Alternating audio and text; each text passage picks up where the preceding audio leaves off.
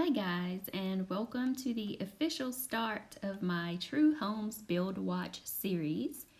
We have broken ground and construction has officially begun. So the home site has definitely been developed, as you can see. There was substantial clearing and the grading was done so the power and water lines could be put in. You can actually see the water meter here in the ground and the pipe running from it. And from what I understand, the pipes you see coming from the ground are plumbing lines.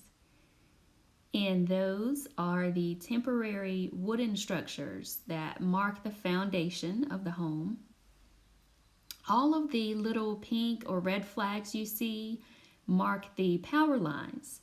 And I also found out that yellow flags are for gas, green flags are for the sewer lines, and blue are for water.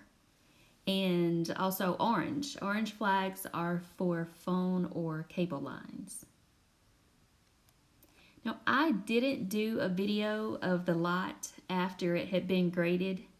It would have been a pretty short and boring video, so I decided to wait for some real action to start. But what happens prior to what you see here is the site is leveled and all of the holes and trenches you see are dug. And once the footings are formed, then they're fitted with the utility lines, which are the plumbing and electrical. And after that, then the slab is poured. Now over there by the gravel and the sold sign is where the driveway will be that will go into the two-car garage. And this is a cul-de-sac lot, so you can kind of get an idea of where the house will be built in relation to the street. The lot is relatively flat, which is definitely a good thing. So this video is actually filmed over a period of a couple of weeks. And here you can see now the utility and water lines have all been filled back in and buried, and everything was leveled again. It was a little muddy due to all of the rain that we've had recently. But in this shot, I am standing in the driveway on the left side of where the house will be.